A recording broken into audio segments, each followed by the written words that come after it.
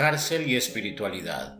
¿Qué haría usted con la espiritualidad si estuviera en la cárcel? La cárcel para una persona es de las situaciones que mayor sufrimiento produce, máxime si la persona está allí siendo inocente.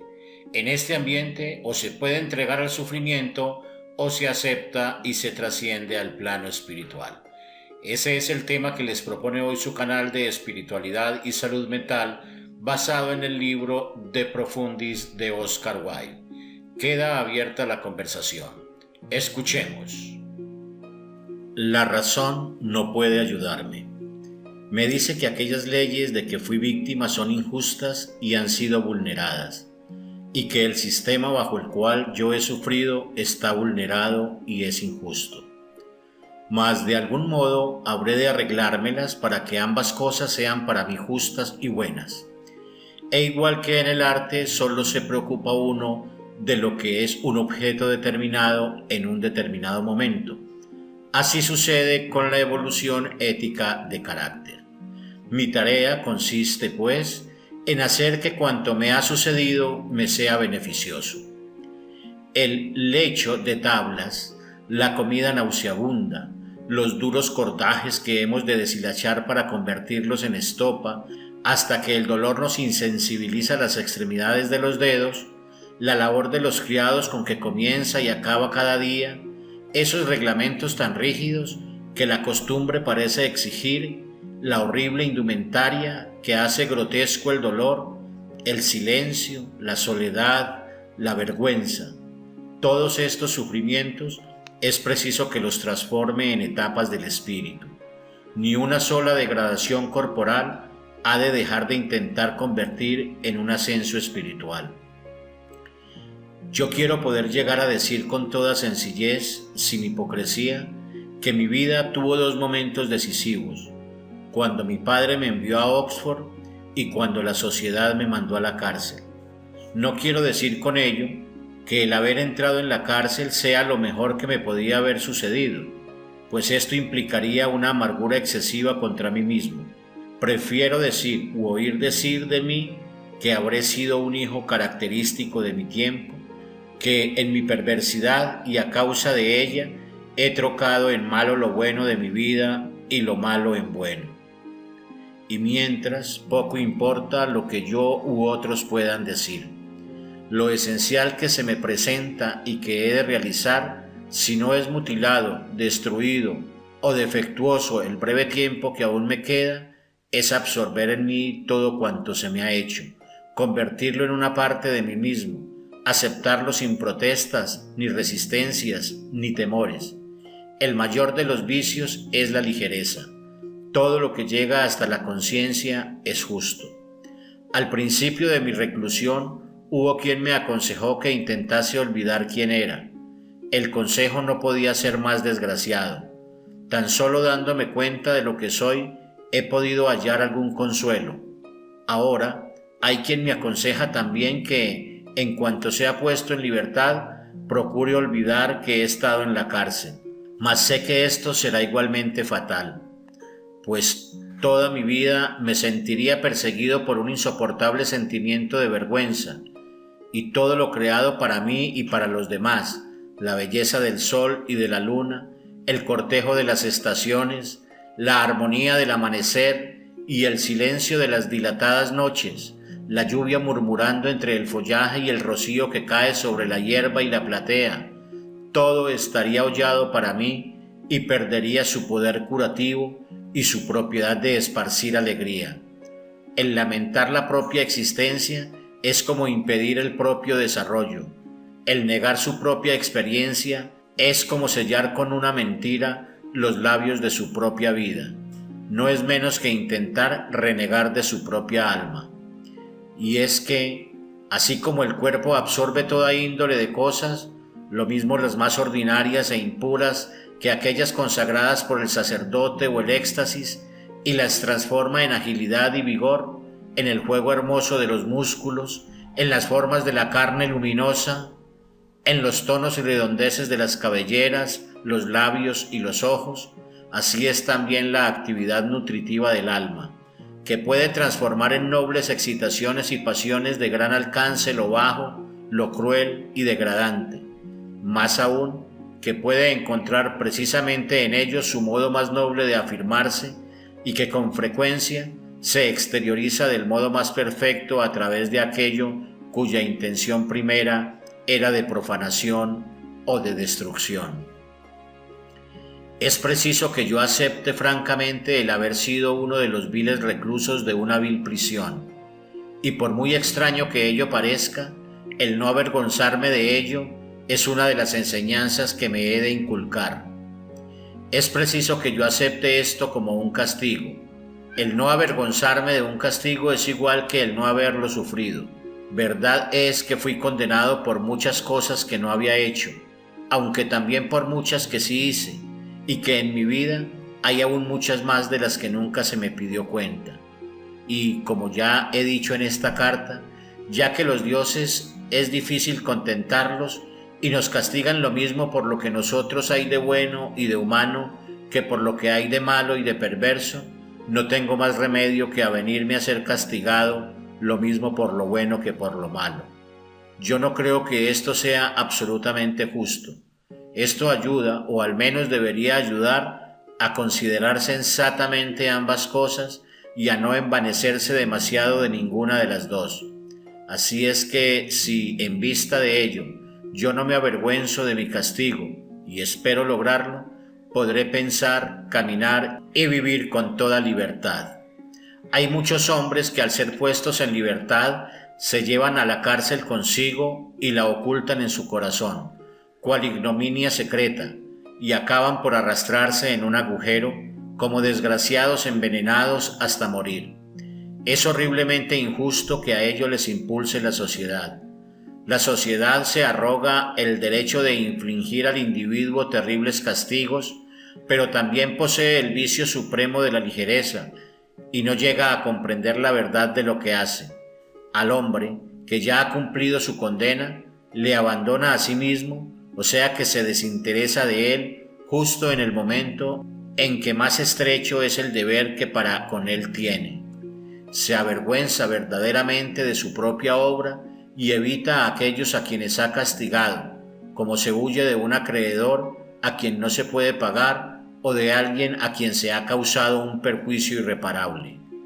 Yo, por mi parte, puedo pretender que, así como yo me represento lo que he sufrido, la sociedad se represente cuanto me ha hecho, y que no quede ni en ella ni en mí ninguna clase de amargura ni odio. Claro es que sé muy bien que desde cierto punto de vista las cosas han de ser para mí mucho más difíciles que para otros, y que así no puede por menos de ser dadas mis circunstancias. Los pobres ladrones y vagabundos que aquí se hallan recluidos conmigo son en muchos aspectos más felices que yo. El corto espacio que presenció sus delitos en una ciudad gris o en un campo verde es muy reducido. Para dar con seres que nada sepan de ellos, no necesitan recorrer más tierra que la que cruza el vuelo de un pájaro desde el anochecer hasta el alba. En cambio, para mí el mundo es como la palma de la mano, y a cualquier sitio donde vaya, veré mi nombre escrito en las rocas con las letras de bronce. Y es que yo no he emergido de la oscuridad a la luz tajante de la momentánea notoriedad del delincuente, sino que vine a la infamia eterna desde la gloria inmortal. Y a veces me parece como si yo hubiese probado, si es que ello en realidad necesitaba tal demostración, que entre la gloria y la infamia solo media un paso, y quizá todavía menos. Empero precisamente el hecho de que donde quiera que yo me presente, los hombres me conocerán y sabrán toda mi vida, o por lo menos todas sus locuras, este hecho puede ser un bien para mí. Me impondrá la necesidad de afirmarme de nuevo como artista, y esto lo más pronto posible. Solo con que logre producir una hermosa obra de arte me hallaré ya en condiciones de quitarle su veneno a la maldad, sus sarcasmos a la cobardía, y de arrancarle de raíz la lengua a la calumnia. Y aunque la vida fuese, cual seguramente es, un problema para mí, yo también a la vez soy un problema para la vida. Será preciso que las gentes busquen el modo de portarse conmigo y expresen con este su juicio respecto a ellas mismas y a mí. No necesito decir que no me refiero aquí a nadie en particular. Los únicos hombres que yo deseo tener junto a mí son los artistas y aquellos que han sufrido, los que saben lo que es la belleza y los que saben lo que es el dolor. Fuera de ellos ya nadie me interesa. Nada más le exijo a la vida. Todo lo que he dicho aquí refiérese únicamente a mi propia posición espiritual ante la vida considerada en su conjunto, y siento que una de las primeras etapas que debo alcanzar es, por amor a mi propio perfeccionamiento y a causa de mi propia imperfección, el no avergonzarme del castigo sufrido. Después he de aprender también a ser feliz. Antes sabía hacerlo, o creía saberlo instintivamente. En mi corazón reinaba siempre la primavera. La alegría de vivir era pareja de mi temperamento. Como se llena una copa de vino hasta los bordes, colmé yo mi vida de placeres. Ahora me acerco a la vida con una visión completamente nueva, y con frecuencia habrá de serme harto difícil concebir tan solo la felicidad. Durante mi permanencia en la cárcel de Wordsworth, llegué incluso a desear la muerte. Morir era mi único deseo, y cuando tras una estancia de 2 meses en la enfermería, fui traído aquí y mi salud física fue poco a poco mejorando, bramaba de rabia. Hice el propósito de suicidarme el mismo día de mi liberación.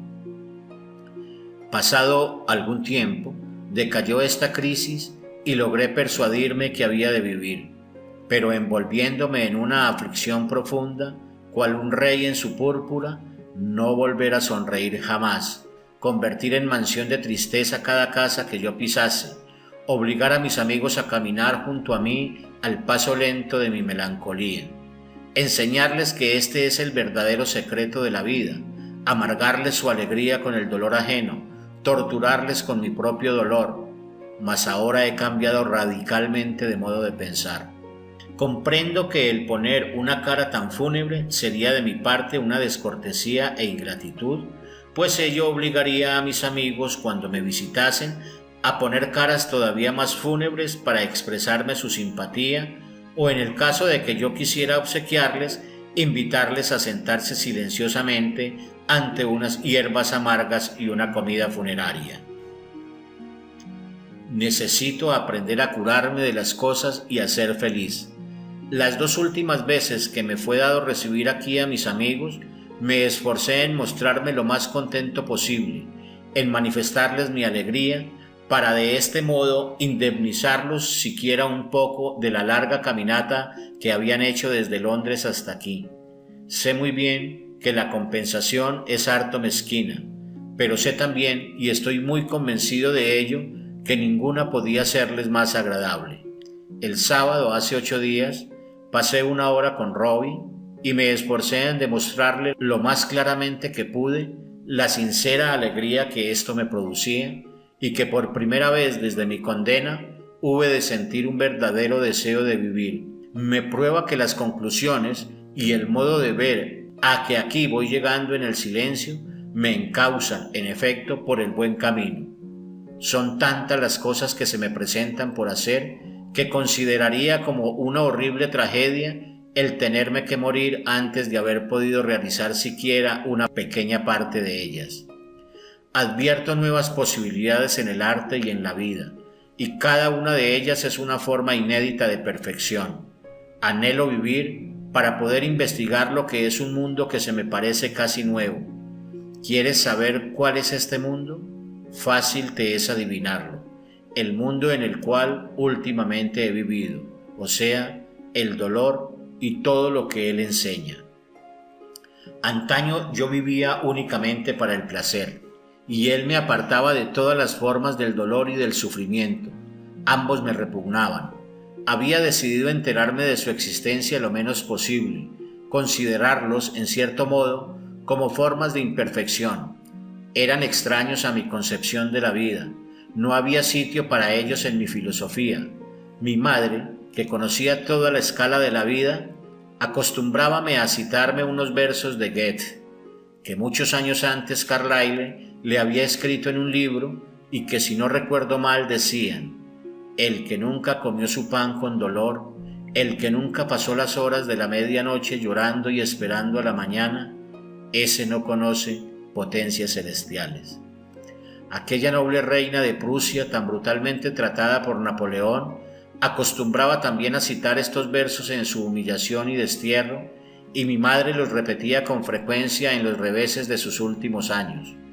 Mas yo me negaba rotundamente a admitir para mí y a reconocer la grandiosa verdad que en ellos se oculta.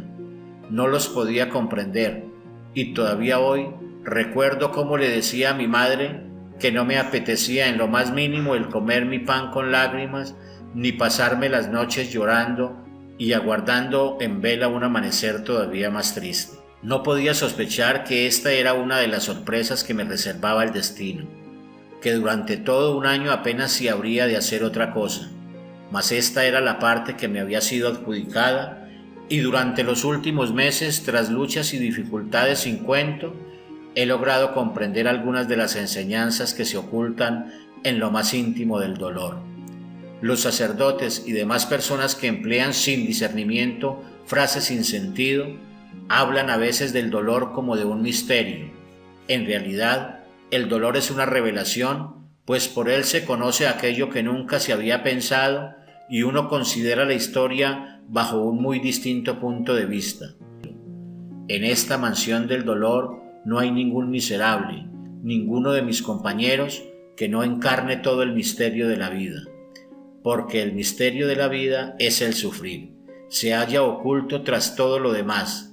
En cuanto comenzamos a vivir, lo dulce se nos presenta tan dulce y lo amargo tan amargo, que inevitablemente dirigimos todo nuestro afán hacia las alegrías de la vida, y ya no nos contentamos con alimentarnos un mes o dos con miel, sino que desearíamos no probar nunca otro alimento, sin saber que en realidad durante ese tiempo dejamos que nuestra alma se muera de hambre. Recuerdo haber hablado una vez acerca de esto con uno de los seres más encantadores que me ha sido dado conocer nunca, una mujer cuya viva simpatía y noble bondad hacia mí, igual que antes de la tragedia de mi pasión como después, es imposible describir.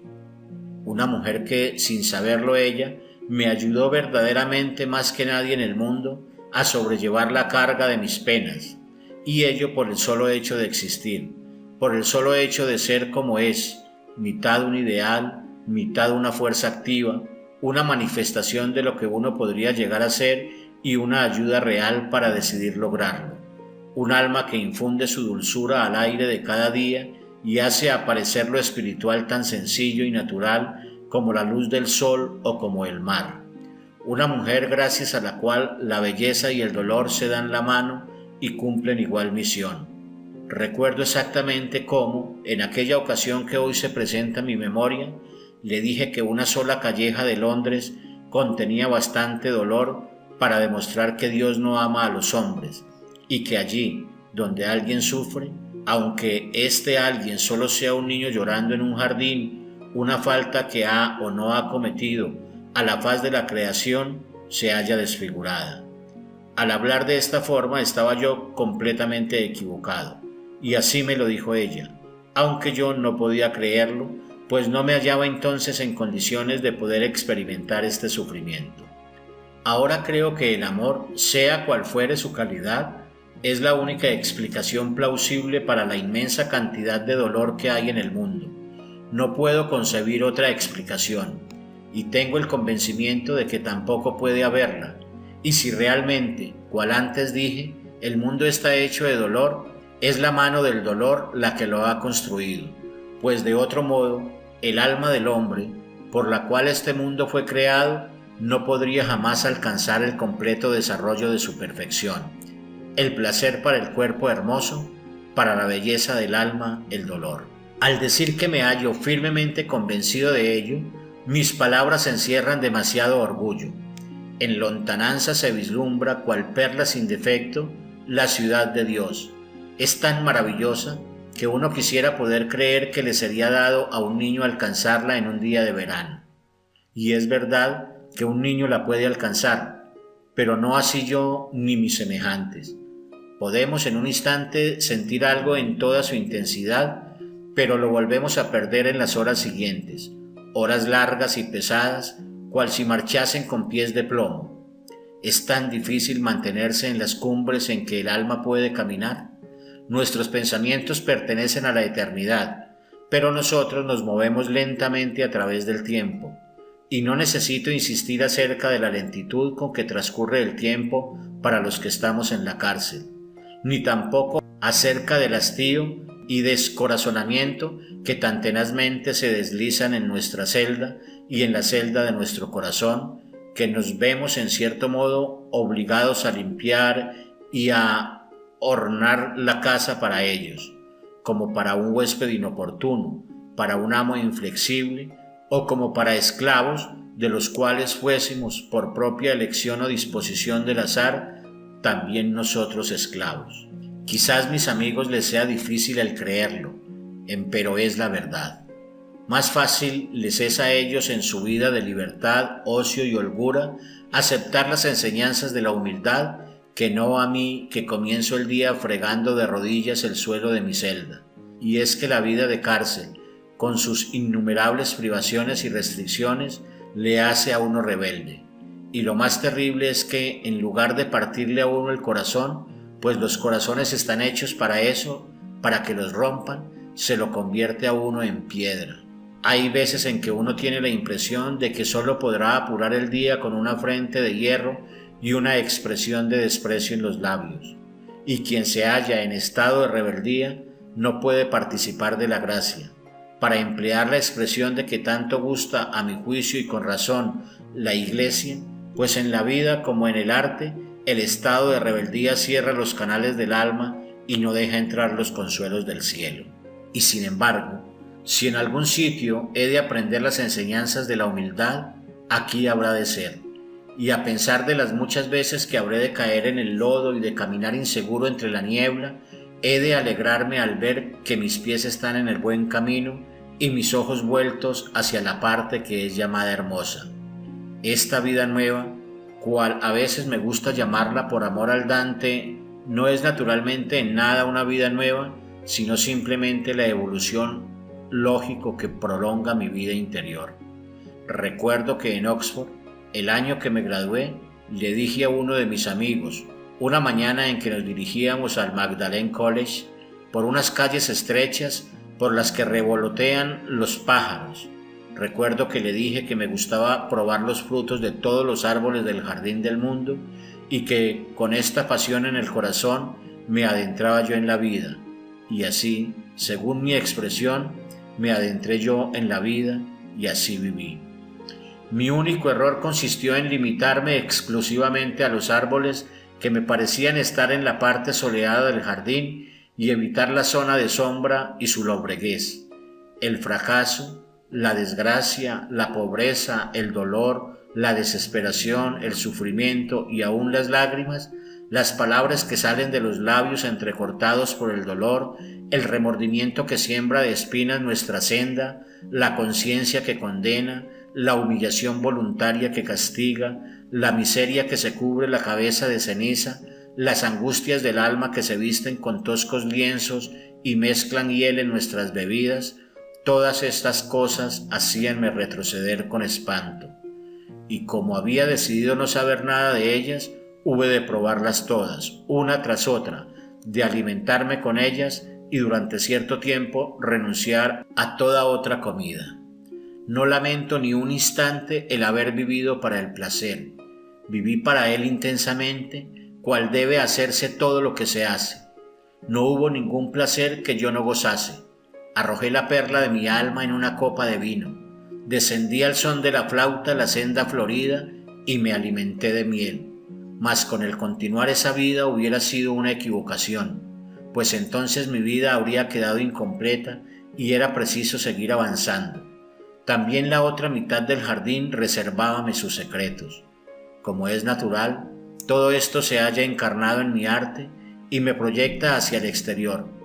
Huellas de ello pueden verse en El Príncipe Feliz y también en el cuento del joven rey, especialmente en aquel trozo en que el obispo dícele al muchacho arrodillado: ¿No es aquel que creó la miseria más sabio que tú?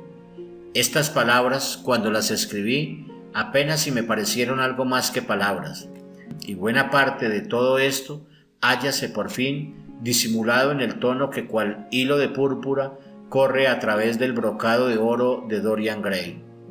Brilla a través de la rica policromía de la crítica considerada como arte, léese en letras demasiado claras en el alma del hombre, un tema cuya insistente repetición tanto asemeja Salomé a una pieza de música, termina como una balada y se ha convertido en carne y en sangre en el poema en prosa del hombre que con el bronce de la imagen del placer que dura un instante ha de crearla del dolor que siempre perdura. Y no podía ser de otro modo. En cada momento aislado de la existencia, uno es aquello que será, no menos que aquello que ya ha sido. El arte es un símbolo porque el hombre también lo es. Si me es dado llegar hasta allí, habré logrado la suprema realización de la vida del artista, pues la vida del artista no es sino la prolongación del artista mismo. La humildad en el artista consiste en aceptar sin condiciones todas las experiencias, así como el amor en él estriba sencillamente en el sentido de la belleza que revela al mundo su cuerpo y su alma.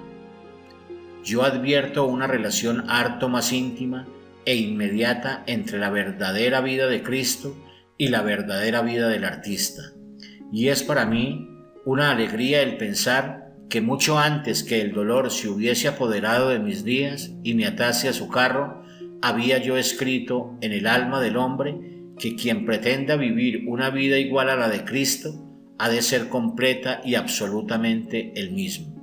Y citaba en ejemplo no solo al pastor en su llanura y al preso en su celda, sino también al pintor, para quien el mundo es una mascarada, y al poeta, para quien es una canción.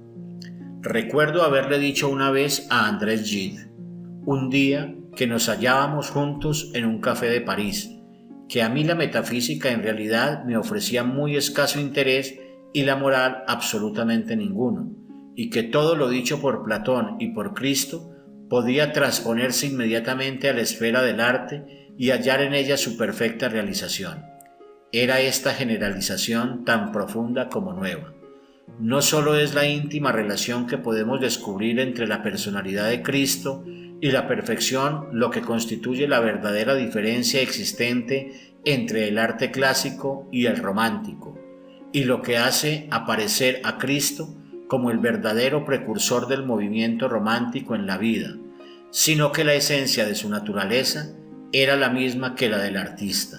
Esto es, una imaginación intensísima, ardiente cual una llama.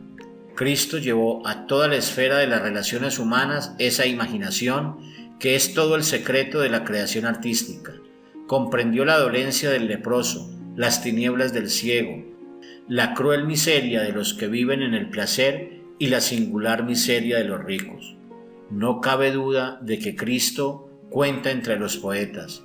Su concepción de la humanidad provenía directamente de la imaginación y sólo a través de ésta puede ser comprendida. El hombre fue para él lo que Dios es para los panteístas. Él fue el primero que concibió la unidad de las diversas razas. Antes que él ya existían dioses y hombres, y él sintió que en él se habían hecho carne. Gustaba de llamarse unas veces el Hijo de Dios y otras el Hijo del Hombre.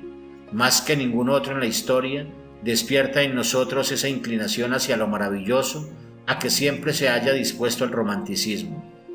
Es para mí todavía algo increíble eso de que un joven campesino galileo se imagine que puede llevar sobre sus hombros todo el peso del mundo, el peso de cuanto hasta entonces se había hecho y sufrido, y de cuanto se tendría que hacer y sufrir, los pecados de Nerón, de César Borgia, de Alejandro VI, del que fue emperador de Roma y sacerdote del Sol, los sufrimientos de todos aquellos cuyo número es legión, que yacen entre ruinas, de los pueblos oprimidos, de los niños de las fábricas, de los ladrones, de los presidiarios, de los desheredados y de aquellos que se hallan sojuzgados y cuyo silencio solo Dios puede oír.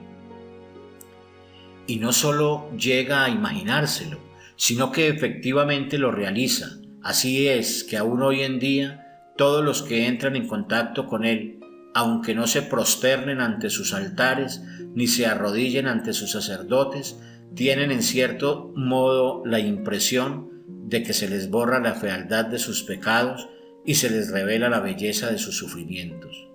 Ya he dicho que Cristo cuenta entre los poetas, y es verdad. Shelley y Sófocles son hermanos suyos, pero su misma vida constituye el más maravilloso de los poemas, y nada hay en todo el ciclo de la tragedia griega que pueda igualar el temor y la piedad de esta vida. La inmaculada pureza del protagonista eleva este edificio a una altura del arte romántico que, a causa de su mismo horror, les está vedado a los sufrimientos de las familias de Tebas y la de los Átridas. Y esta pureza muestra asimismo cuán erróneo era el axioma expuesto por Aristóteles en su tratado del drama, y que sentaba que no era posible soportar la vista del castigo de un inocente, ni en Esquilo ni en Dante, el austero maestro de ternura, ni en Shakespeare, el más puramente humano de todos los grandes artistas, ni en todos los mitos y leyendas célticas, en los cuales la gracia del mundo brilla a través de una niebla de lágrimas y la vida de un hombre no vale más que la de una flor. No haya nada que, a causa de su conmovedora sencillez, unida a la sublimidad del efecto trágico de que nace, no hay nada que pueda igualarse, ni siquiera aproximarse al último acto de la historia de la pasión de Cristo. Aquella simple cena con sus discípulos, uno de los cuales ya le había vendido por unos cuantos dineros, aquella angustia del alma en el tranquilo jardín iluminado por la luna y en el cual el falso amigo habrá de acercarse a él para traicionarle con un beso, aquel amigo que todavía creía en él y en el cual él creía poder fundar, como sobre una peña, un refugio para la humanidad, y que lo niega en cuanto el gallo canta al despuntar el día. Aquella su soledad absoluta, aquella sumisión suya con que él todo lo acepta, y junto a estas otras escenas en que el gran sacerdote de la ortodoxia en su furor le desgarra sus vestiduras, y el funcionario de la justicia civil manda traer agua con la vana esperanza de poder limpiar la mancha de sangre inocente que le hace aparecer como la más sangrienta figura de la historia. La escena, uno de los sucesos más maravillosos de todos los libros de todos los tiempos, en que le es impuesta la corona de espinas, aquella otra de la crucifixión del inocente ante los ojos de su madre y del discípulo a quien amaba, aquella en que los soldados se reparten y juegan sus vestiduras, de la horrible muerte por la cual se dio al mundo el más eterno de sus símbolos, y finalmente aquella escena de su entierro en la sepultura del rico, la escena en que su cuerpo es embalsamado con especies preciosas y perfumes y envuelto en un sudario egipcio, cual si fuese el hijo de un rey. Cuando se consideran estas escenas aisladamente y solo desde el punto de vista artístico, es forzoso agradecer que el más solemne de los oficios de la Iglesia sea, sin efusión de sangre, una representación de la tragedia, la representación mística de la historia de la pasión del Señor por medio del diálogo, de los trajes y hasta de los gestos. Para mí es siempre fuente de respetuosa elevación pensar que lo que queda del coro griego, ya perdido en el arte en otros terrenos, sobrevive en el acólito que ayuda al sacerdote a celebrar la misa. Y no obstante, la vida de Cristo es en conjunto, a tal punto hállanse fundidos en su significación y en su representación la belleza y el dolor, un verdadero idilio a pesar de acabar por el desgarramiento de las cortinas del templo, por las tinieblas que cubren la faz de la tierra y por el movimiento que levanta la piedra del sepulcro. En su vida de Jesús, ese delicioso quinto evangelio que podría llamarse el Evangelio según Santo Tomás, dice Renan que la obra suprema de Cristo consiste en haber sabido conservar, aún después de muerto, el amor que había poseído en vida. Y en verdad es que, si bien su puesto está entre los poetas, también hacia él se dirige el cortejo de los amantes. Él reconoció que el amor es el secreto primordial del mundo, el secreto buscado por los sabios y que únicamente por medio del amor es posible llegar hasta el corazón del leproso y los pies del Señor. Mas por encima de estas consideraciones, Cristo aparece como el mayor de los individualistas. La humildad como aceptación artística de todas las experiencias no es sino un medio de manifestarse. Lo que Él persiguió siempre fue el alma del hombre, la llama, el reino de Dios, y la descubre en cada uno de nosotros, la compara como una muchedumbre de nimiedades, con un grano de semilla, con un puñado de levadura, con una perla, y es porque solo puede uno formarse su alma desprendiéndose de todas las pasiones extrañas, de toda la cultura adquirida, de todo lo que se posee externamente, lo mismo de lo bueno que de lo malo. Con la tenacidad de mi voluntad y más todavía con el espíritu de contradicción ingénito en mí, rebelábame contra todo, hasta que no me quedó nada más, absolutamente nada más en el mundo que Cyril. Había perdido mi nombre, mi posición, mi felicidad, mi libertad, mi fortuna. Era un recluso y era un pobre, pero me quedaba mi bien más preciado, mis hijos, y de pronto la ley me los arrebataba. Fue tan terrible el golpe que me quedé como aturdido. Me puse de rodillas, incliné la cabeza, lloré y dije: el cuerpo de un niño es como el cuerpo del Señor, ya no soy digno de ninguno de ellos. Y ese momento fue sin duda el que me salvó. En ese momento comprendí que solo me cumplía aceptarlo todo. Y desde entonces, por extraño que esto parezca, soy feliz, pues he llegado hasta lo más hondo de la esencia de mi alma. Había mostrado ser su enemigo en muchos respectos y la encontré esperándome como un amigo. Al entrar en contacto con su alma, uno se vuelve sencillo como un niño, y esto es lo que uno ha de ser según las palabras de Cristo. Es verdaderamente trágico pensar cuán pocos son los hombres que se hallan en posesión de su alma antes de la muerte. Emerson dice que nada hay más raro en un hombre que una acción de su propia voluntad. Esto es una gran verdad, pues la mayoría de las gentes son distintas en ellas mismas. Piensan con las ideas de otros, su vida es una parodia y sus pasiones son remembranzas. Cristo fue no solo el mayor individualista, sino también el primer individualista de la historia. Hay quien ha querido presentarle como uno de tantos y abominables filántropos del siglo XIX o como un altruista surgido entre ignorantes y sentimentales. En realidad, no fue ni lo uno ni lo otro. Cierto es que tuvo piedad de los pobres, de los presos, de los míseros y de los humildes, pero tuvo todavía más piedad de los ricos, de los hedonistas, de los que sacrifican su libertad y se convierten en esclavos de las cosas, de los que llevan vestiduras finísimas y viven en palacios dignos de reyes.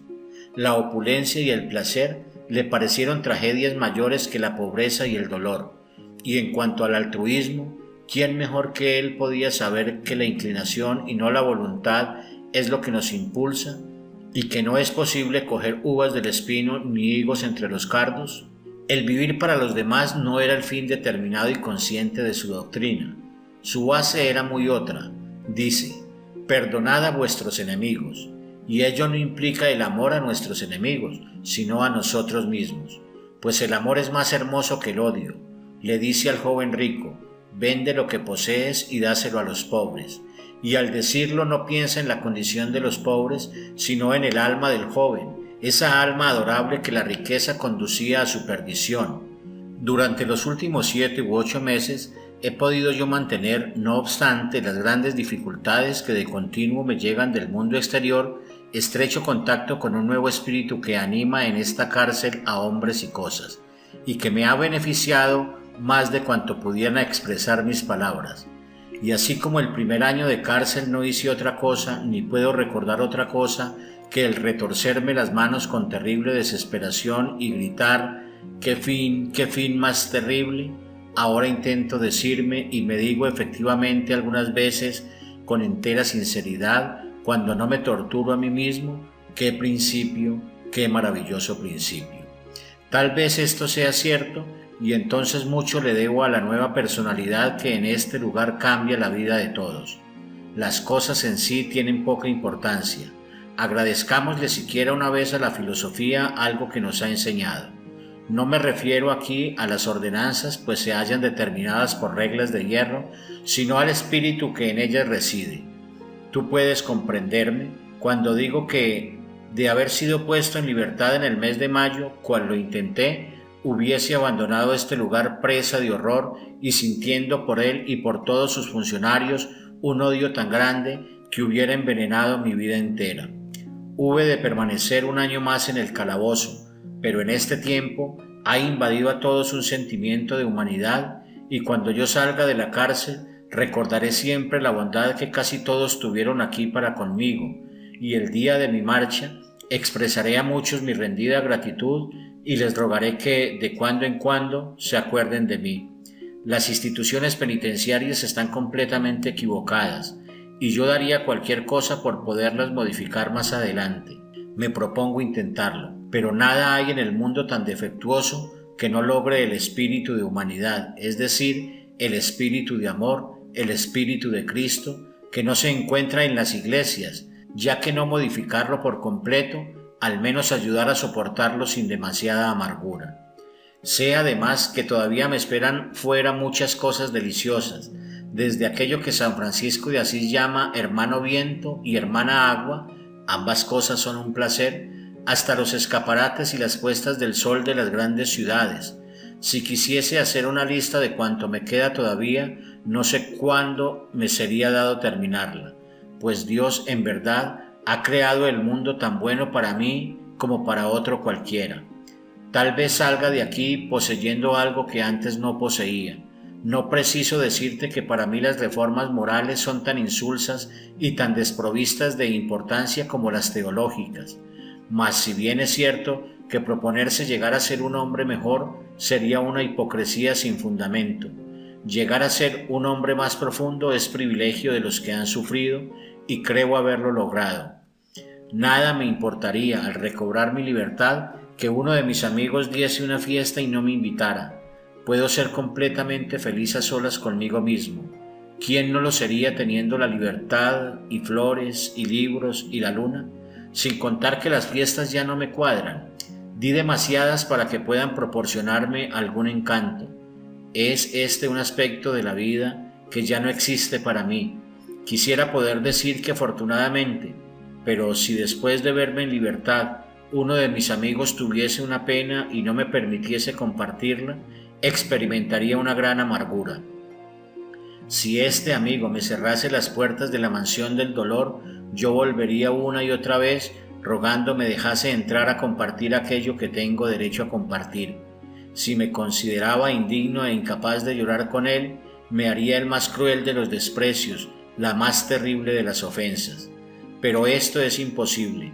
Yo tengo derecho a compartir el dolor y el poder contemplar la dulzura del mundo y compartir su dolor y medir en toda su extensión la maravilla de ambos es hallarse en contacto directo con las cosas divinas y acercarse más que ningún otro al misterio de Dios. A cada uno de nosotros estábale reservado su destino. A ti te ha tocado el de la libertad, los placeres, las diversiones y el bienestar. A mí el de la vergüenza pública, de la larga reclusión en un calabozo, de la miseria, la ruina y el deshonor. Y empero yo no lo merecía en nada. Recuerdo haber dicho que creía poder soportar una verdadera tragedia siempre que se me presentase con un manto de púrpura o la careta del verdadero dolor. Pero lo terrible de la vida moderna es que, por el contrario, oculta la tragedia bajo el disfraz de la comedia, con lo cual las grandes realidades cotidianas aparecen grotescas o sin estilo. Esto tiene su razón de ser.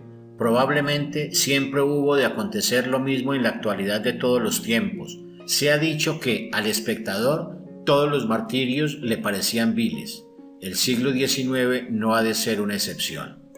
En mi tragedia todo ha sido feo, bajo, repugnante, sin carácter. Hasta nuestro uniforme nos hace parecer grotescos. Somos los bufones del dolor, somos unos payasos con el corazón destrozado y gozamos de la facultad de mover los músculos de la risa. El 13 de noviembre de 1895 me trajeron aquí desde Londres. Aquel día hube de estar desde las 2:30 hasta las 3 de la tarde con traje de presidiario y esposado. expuesto a las miradas del público en el andén central de la estación de Clapham Junction. Me habían sacado de la enfermería sin prepararme para ello. Yo era el más grotesco de cuantos depravados pudiesen existir, y al verme la gente se reía.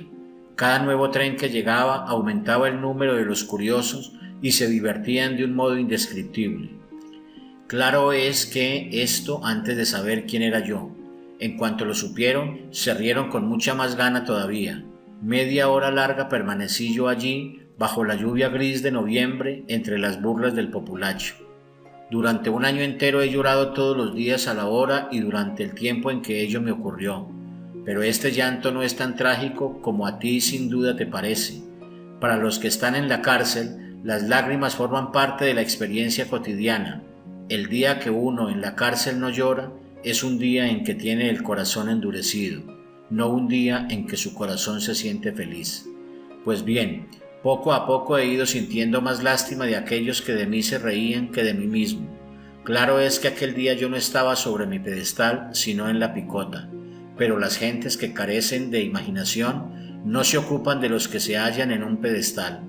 Un pedestal puede ser una cosa irreal, la picota, en cambio, es una realidad terrible.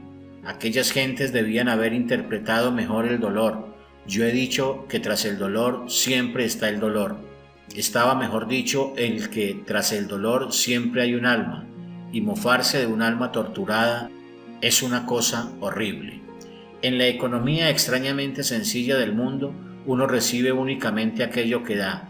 ¿Se puede acaso otorgar otra piedad que la del desprecio a aquellos que no tienen imaginación bastante para comprender el simple aspecto exterior de las cosas y apiadarse de él? Hablo aquí de mi conducción a esta prisión para demostrar cuán difícil hubo de serme sacar de mi castigo algo más amargura y desesperación. Mas es preciso que así sea, y de cuando en cuando tengo momentos de resignación y de humildad. Toda la primavera puede abrigarse en un solo capullo, y el nido de la alondra en los surcos puede cobijar todas las delicias que habrán de anunciar un día el alborear de muchas auroras. Asimismo, toda la belleza quizá que la vida aún me reserva, hállase en un momento de abandono, de resignación y de humildad. Sea lo que fuere, yo no puedo seguir adelante sino únicamente por los senderos de mi propia evolución y aceptando cuanto me ha sucedido, hacerme digno de ello. Hemos llegado al final de esta lectura. Muchas gracias por haber llegado hasta aquí. Nos gustaría saber qué opinas de esta narración en los comentarios. Y no olvides este consejo. No hay que entrar en campos de batalla porque el que lucha se debilita y un poder debilitado no es poder. Si te gustó este contenido, suscríbete y comparte para seguir creando más material.